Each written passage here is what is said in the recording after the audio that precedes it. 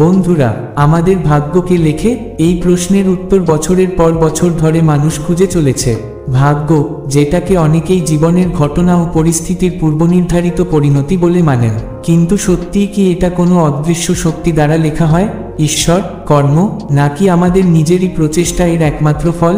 এই রহস্যময় প্রশ্নের গভীরে ঝুঁকে আমরা খুঁজে দেখার চেষ্টা করব, আমাদের জীবনের প্রতিটি পদক্ষেপ কি সত্যিই কোনো অদৃশ্য শক্তির দ্বারা নিয়ন্ত্রিত, নাকি আমরা নিজেরাই আমাদের ভাগ্যের নির্মাতা?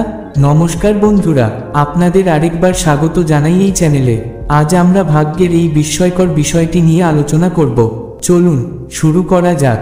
অনেক সময় আগের কথা, একটি সুন্দর রাজ্য ছিল যার নাম ধর্মপুর। সেই রাজ্যের রাজা ধর্মরাজ ছিলেন অত্যন্ত ন্যায়প্রিয় এবং ধর্মপরায়ণ শাসক। রাজা দিনের পর দিন কঠোর পরিশ্রম করতেন, শুধুমাত্র একটাই উদ্দেশ্য, তার প্রজাদের জীবন যেন হয় শান্তিপূর্ণ ও সুখময়। কিন্তু যতই তিনি চেষ্টা করতেন, ততই তিনি জীবনের অনিশ্চয়তা ও ভাগ্যের লেখাকে দেখে চিন্তিত হয়ে পড়তেন। রাজা দেখতেন অনেক মানুষ কঠোর পরিশ্রম করেও দুঃখ কষ্টে দিন কাটাচ্ছে, অথচ কিছু মানুষ বিশেষ কোনো পরিশ্রম না করেই ভোগবিলাসে জীবন যাপন করছে। এই কেমন বিচার? এই দৃশ্য দেখে রাজার মনে এক গভীর প্রশ্ন জেগে উঠল, ভাগ্যের লেখা কি আগে থেকেই নির্ধারিত, নাকি মানুষ নিজের কর্মের মাধ্যমে নিজের ভাগ্য গড়ে নিতে পারে? এই ভাবনাই তাকে দিন রাত বিচলিত করে তুলল। রাজা তার দরবারে সমস্ত জ্ঞানী পণ্ডিতদের ডেকে পাঠালেন। তিনি জানতে চাইলেন এই প্রশ্নের উত্তর কি, কিন্তু কেউই তাকে সন্তোষজনক উত্তর দিতে পারল না। ঠিক তখনই এক মন্ত্রী উঠে বললেন, হে মহারাজ, রাজ্যের বাইরে একটি আশ্রম আছে যেখানে এক মহান গুরু বাস করেন। বলা হয় তিনি জীবনের গভীর রহস্য জানেন, আর তার কাছে সব প্রশ্নের উত্তর আছে। যদি আপনি সত্যি এই প্রশ্নের সমাধান চান, তবে তার কাছে যাওয়া উচিত। এই কথা শুনে রাজা আর দেরি করলেন না। সঙ্গে সঙ্গে তিনি সিদ্ধান্ত নিলেন তিনি স্বয়ং সেই গুরুর কাছে যাবেন এবং তার কাছ থেকে সত্য জানতে চাইবেন। পরের দিন রাজা কিছু সেনা ও মন্ত্রীদের সঙ্গে নিয়ে গুরুদেবের আশ্রমের উদ্দেশ্যে রওনা হয়ে গেলেন। ওই গুরুদেবের আশ্রম ছিল এক গভীর জঙ্গলের মাঝে, যেখানে শান্তি ও সৌন্দর্যের এক অপূর্ব আবহ বিরাজ করত। চারদিকে পাখির কলরব, বাতাসে ভাসমান ধূপের সুগন্ধ, এক আশ্চর্য পরিবেশ। রাজা ধর্মরাজ যখন আশ্রমে পৌঁছালেন, তখন দেখলেন সেখানে বহু মানুষ ভিড় করেছে। সবাই গুরুদেবের দর্শনের আশায় এসেছে। তাদের চোখে এক অদ্ভুত চমক আর অতৃপ্ত কৌতূহল। কিন্তু আশ্চর্যের বিষয়, সেই কৌতূহলের মধ্যেও ছিল এক গভীর শান্তি। রাজা গুরুদেবের সামনে প্রণাম করলেন, তারপর বিনীত কণ্ঠে বললেন, হে গুরুদেব, আমার মনে এক গভীর প্রশ্ন জেগেছে, যার উত্তর খুঁজতে আমি এখানে এসেছি। আমি জানতে চাই, ভাগ্যের লেখাকে লেখে? এটা কি আগেই নির্ধারিত, নাকি আমরা নিজের কর্ম দিয়ে ভাগ্যকে গড়ে নিতে পারি? গুরুদেব রাজার উৎসুক চোখের দিকে তাকালেন, গভীর ধৈর্য ও অনুসন্ধিৎসা অনুভব করলেন। এরপর একটু হেসে বললেন, হে ধর্মরাজ, তোমার প্রশ্নটি অত্যন্ত গুরুত্বপূর্ণ। এর উত্তর পেতে হলে তোমাকে জীবন ও কর্মের গভীর অর্থ বুঝতে হবে। ভাগ্যের লেখা মানুষের কর্মের মাধ্যমে লেখা হয়, তবে এটিকে ঠিকভাবে বোঝার জন্য আমি তোমাকে একটি কাহিনী শোনাব। এই কাহিনী তোমার সমস্ত প্রশ্নের উত্তর দেবে। গুরুদেব ধীরে ধীরে বলতে শুরু করলেন, অনেক দিন আগের কথা, এক গ্রামে এক ব্রাহ্মণ বাস করতেন। তিনি ছিলেন অত্যন্ত সৎ ও ধার্মিক। সারা জীবন তিনি তপস্যা, পূজা ও সৎকর্মে নিজেকে নিবেদন করেছিলেন। কখনো কাউকে কষ্ট দেননি, কখনো হিংসা করেননি, সবসময় ধর্মের পথে চলেছেন। কিন্তু তারপরও তার জীবন ছিল দুঃখে ভরা। তার পরিবার দারিদ্র্যের মধ্যে দিন কাটাচ্ছিল। খাবার জোগাড় করাই ছিল তাদের জন্য এক কঠিন সংগ্রাম। একদিন ব্রাহ্মণ ভাবলেন, আমি সারা জীবন ভালো কর্ম করলাম, তবুও এত কষ্ট পাচ্ছি কেন? তবে কি এটাই আমার ভাগ্য? আমি কি কখনোই এটা বদলাতে পারবো না? এই প্রশ্নের উত্তর খুঁজতে তিনি গ্রামের এক প্রাচীন মন্দিরে গেলেন। মন্দিরে প্রবেশ করে ভগবানের সামনে গাই নতজানু হয়ে প্রার্থনা করলেন, হে প্রভু, আমি সারা জীবন তোমার নাম স্মরণ করেছি, ভালো কাজ করেছি, কিন্তু তবুও আমার জীবন কষ্টে ভরা। এটা কি আমার নির্ধারিত ভাগ্য? আমি কি কখনোই এটা বদলাতে পারবো না? ঠিক তখনই মন্দিরের এক কোণ থেকে এক সাধু প্রবেশ করলেন। তিনি ধীরে ধীরে ব্রাহ্মণের দিকে এগিয়ে এলেন। তার চোখে ছিল অগাধ জ্ঞান, মুখে শান্তির মৃদু হাসি। সাধু বললেন, হে ব্রাহ্মণ, তুমি এত দুঃখী কেন? ব্রাহ্মণ সমস্ত দুঃখের কথা খুলে বললেন। সব শুনে সাধু একটু হাসলেন, তারপর বললেন, শোনো ব্রাহ্মণ, তোমার ভাগ্য বদলাতে পারো, তবে তার জন্য তোমাকে এক রহস্যময় স্থানে গিয়ে বিশেষ এক সাধনা করতে হবে। সেখানেই তোমার সকল প্রশ্নের উত্তর লুকিয়ে আছে। ব্রাহ্মণ বিস্মিত হলেন। তিনি ভাবতে লাগলেন, এই রহস্যময় স্থানটি কোথায়, কি সেই সাধনা? সাধু মৃদু হাসলেন, তারপর ব্রাহ্মণকে বললেন, যদি তুমি সত্য জানতে চাও তবে তোমাকে এক বিশেষ স্থানে যেতে হবে। সেখানে তুমি তোমার ভাগ্যের প্রকৃত কারণ বুঝতে পারবে এবং জানতে পারবে কেন তোমার জীবন এমন। ব্রাহ্মণ গভীর শ্রদ্ধায় মাথা নত করলেন। তিনি সাধুর কথা মতো সেই দিব্যস্থানে পৌঁছালেন। সেখানে পৌঁছেই তিনি অবাক হয়ে গেলেন।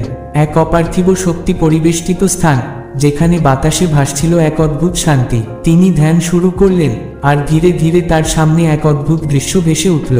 তিনি দেখলেন তার আগের জন্মের কর্মের প্রতিফল তিনি এখন ভোগ করছেন। পূর্বজন্মে তিনি এমন কিছু কাজ করেছিলেন যার কারণে এই জন্মে তাকে দারিদ্র্যের সম্মুখীন হতে হয়েছে। কিন্তু তিনি আরও এক বিস্ময়কর সত্য জানলেন, বর্তমান জন্মের কর্মই তার ভবিষ্যৎ নির্ধারণ করবে। তিনি দেখলেন এই জীবনে তিনি সৎকর্ম করে চলেছেন, আর তার ফলে পরবর্তী জন্মে তিনি সুখী ও সমৃদ্ধশালী হবেন। তখনই তিনি বুঝলেন, ভাগ্য কোনো স্থির জিনিস নয়, এটা মানুষের কর্মের দ্বারা ক্রমাগত তৈরি হয় এবং পরিবর্তনও হয়। গুরুদেব ধীর কণ্ঠে বললেন, হে ধর্মরাজ, এই প্রথম কাহিনী আমাদের শেখায় প্রত্যেক মানুষের ভাগ্য তার নিজস্ব কর্মের ফল। ব্রাহ্মণ তার পূর্বজন্মের কর্মফল অনুযায়ী দারিদ্র্যের সম্মুখীন হয়েছিল, কিন্তু তার বর্তমান কর্ম তার ভবিষ্যৎকে উজ্জ্বল করে তুলেছে। এরপর গুরুদেব আরও একটি কাহিনী বলতে শুরু করলেন। তিনি বললেন, এবার আমি তোমাকে চিল ও সাপের এক গল্প শোনাব। এই কাহিনীর গভীরে লুকিয়ে আছে ভাগ্য ও কর্মের সম্পর্কের এক চমৎকার শিক্ষা। চিল ও সাপের কাহিনী। একদা এক ঘন জঙ্গলে এক বিশাল চিল বাস করত। সে আকাশের অনেক ওপরে উড়ত। তার ডানার শক্তি ছিল অসাধারণ। সে ভাবত, আমি এই আকাশের রাজা, আমার গতি ও শক্তির তুলনা নেই, আমার ভাগ্যে সবসময় জয় লেখা আছে। জঙ্গলের মধ্যেই এক ছোট্ট সাপও থাকত। সে ছিল শান্ত ও ধীর স্থির। সে জানত তার ক্ষমতা সীমিত, কিন্তু সে কখনোই পরাজয় স্বীকার করত না। চিল মনে করত সে সবচেয়ে শক্তিশালী, কখনো কোনো কারণ ছাড়াই ছোট ছোট প্রাণীদের ক্ষতি করত আর নিজের অহংকারের মধ্যে ডুবে থাকত। কিন্তু একদিন জঙ্গলে ভয়ঙ্কর ঝড় উঠল। আকাশ কালো মেঘে ঢেকে গেল। প্রবল বাতাস বইতে শুরু করলো। বিদ্যুৎ চমকালো। গর্জন করে উঠল মেঘ। চিল ভয় পেয়ে গেল। সে উচ্চতর আকাশে উঠে ঝড় এড়িয়ে যেতে চাইল, কিন্তু ঝড় এতটাই শক্তিশালী ছিল যে সে আর নিয়ন্ত্রণ রাখতে পারল না। সে লড়াই করল, প্রাণপণে চেষ্টা করল বাঁচতে, কিন্তু ধীরে ধীরে সে ক্লান্ত ও দুর্বল হয়ে পড়ল। অন্যদিকে ছোট্ট সাপটি মাটির নিচে লুকিয়ে রইল। সে জানত তার শক্তি চিলের মতো নয়, তাই সে নিজের সীমাবদ্ধতা বুঝে নিরাপদ আশ্রয় নিজেকে লুকিয়ে রাখল। ঝড় থেমে গেলে চিল দেখল সে আহত ও ক্ষতবিক্ষত। সে মাটিতে পড়ে আছে আর তার শরীরে একাধিক ক্ষতচিহ্ন, কিন্তু ছোট্ট সাপ, সে একদম নিরাপদ ও অক্ষত। গুরুদেব ধীর কণ্ঠে বললেন, হে ধর্মরাজ, এই কাহিনীগুলো আমাদের শেখায় যে ভাগ্যের পথ গভীর ও অজানা। আমরা যাকে শক্তিশালী ভাবি সে এক মুহূর্তে দুর্বল হয়ে যেতে পারে, আর যে ব্যক্তি স্থির, ধৈর্যশীল ও বুদ্ধিমান সে সমস্ত সংকট জয় করতে পারে। তিনি একটু থামলেন, তারপর গভীর দৃষ্টিতে রাজার দিকে তাকিয়ে বললেন, ভাগ্যের লেখা অন্য কেউ লেখে না, এটা আমাদের নিজস্ব কর্মের ফল। আমরা নিজেরাই আমাদের ভাগ্য নির্মাণ করি, আর ভাগ্যকে পরিবর্তন করার একমাত্র উপায় হল সৎ ও শুভ কর্ম। রাজা ধর্মরাজ একদৃষ্টিতে গুরুদেবের দিকে তাকিয়ে রইলেন, যেন তার মনের সমস্ত দ্বিধা দূর হয়ে গেছে। তিনি ধীরে ধীরে হাঁটু গেড়ে বসলেন, গুরুদেবের পায়ে মাথা নত করলেন। হে গুরুদেব, আপনি আমার চোখ খুলে দিয়েছেন। আমি এখন স্পষ্টভাবে বুঝতে পারছি জীবনে কর্মই হলো সর্বশ্রেষ্ঠ, কর্মই ভাগ্যকে রচনা করে। গুরুদেব মৃদু হেসে বললেন, হে ধর্মরাজ, এখন তুমি তোমার রাজ্যে এই সত্যের আলো ছড়িয়ে দাও। তোমার প্রজাদের শেখাও তাদের ভাগ্য তাদের নিজস্ব কর্মের উপর নির্ভর করে। ভালো কর্ম করলে ভাগ্য ভালো হবে, আর কর্মের সঠিক পথই হলো জীবনের শ্রেষ্ঠ পথ। রাজা ধর্মরাজ গুরুদেবের আশীর্বাদ নিলেন। এবার তার হৃদয় ও মস্তিষ্ক যেন নতুন এক জ্ঞান ও শান্তিতে পূর্ণ হয়ে উঠল। তিনি নিজের রাজ্যে ফিরে যাবার জন্য প্রস্তুত হলেন, কিন্তু এখন তার দৃষ্টিভঙ্গি সম্পূর্ণ পরিবর্তিত। রাজ্যে ফিরে গিয়ে মহলে ফিরে এসেই তিনি মন্ত্রীদের ডেকে বিশেষ সভা আয়োজন করলেন। সমস্ত দরবারীদের সামনে দাঁড়িয়ে দৃঢ়কণ্ঠে বললেন, আমাদের ভাগ্য কোনো অলৌকিক শক্তির হাতে নয়, আমরা নিজেরাই আমাদের ভাগ্য গড়তে পারি। সৎ ও ভালো কর্মের মাধ্যমে আমরা নিজেদের ভবিষ্যৎকে বদলাতে পারি। তিনি রাজ্যের সর্বস্তরের মানুষদের জন্য এমন ব্যবস্থা করলেন যাতে সবাই সৎকর্মের পথে চলতে পারে। তিনি রাজ্যের প্রতিটি কোণে এই শিক্ষা প্রচার করলেন, কর্মই ভাগ্য নির্ধারণ করে। প্রতিটি ব্যক্তি যেন তার দায়িত্ব সঠিকভাবে পালন করে। এরপর সময়ের সাথে সাথে ধর্মরাজের রাজ্য সত্যিই সমৃদ্ধ হয়ে উঠল। মানুষ ভালো পথে চলতে শুরু করল, অন্যায়ের পথ ছেড়ে দিল, আর রাজ্যের প্রতিটি কোণ শান্তি ও সৌভাগ্যে ভরে উঠল। কিন্তু কিছুদিন পর রাজা ধর্মরাজের মনে আবার একটি গভীর প্রশ্ন উকি দিতে লাগলো। জীবন ও মৃত্যুর রহস্য কি? এই সত্য জানার জন্য তার মন অস্থির হয়ে উঠল। তিনি ভাবলেন, গুরুদেবের থেকে এবার এই প্রশ্নের উত্তর জানা উচিত। আবার গুরুদেবের আশ্রমে পরের দিন ভোরেই রাজা ধর্মরাজ রওনা দিলেন। আবারও সেই শান্ত অপার্থিব আশ্রমের সামনে এসে পৌঁছালেন। কিন্তু এবার তিনি দেখলেন আশ্রমে আগের চেয়েও অনেক বেশি মানুষ এসে জড়ো হয়েছে। গুরুদেব একটু হাসলেন, রাজাকে সাদরে স্বাগত জানালেন। তার চোখে এক অপার্থিব জ্যোতি, যেন তিনি আগে থেকেই জানতেন রাজা কেন এসেছেন। হে ধর্মরাজ, আমি দেখতে পাচ্ছি তুমি ভাগ্য এবং কর্মের গূঢ় সত্য বুঝতে শুরু করেছ, কিন্তু আমি জানি এখনো তোমার মনে কিছু প্রশ্ন রয়ে গেছে। বলো, তুমি কি জানতে চাও? রাজা মাথা নিচু করলেন, গভীর শ্রদ্ধায় বললেন, হে গুরুদেব, আপনার আশীর্বাদে আমি কর্মের শক্তি ও ভাগ্যের প্রকৃত স্বরূপ বুঝেছি, কিন্তু এখন আমার মন প্রশ্নে ভরা। আমি জানতে চাই, জীবন ও মৃত্যুর রহস্য কি? মৃত্যু কি ভাগ্যের অংশ, নাকি আমরা আমাদের কর্ম দ্বারা মৃত্যুকেও প্রভাবিত করতে পারি?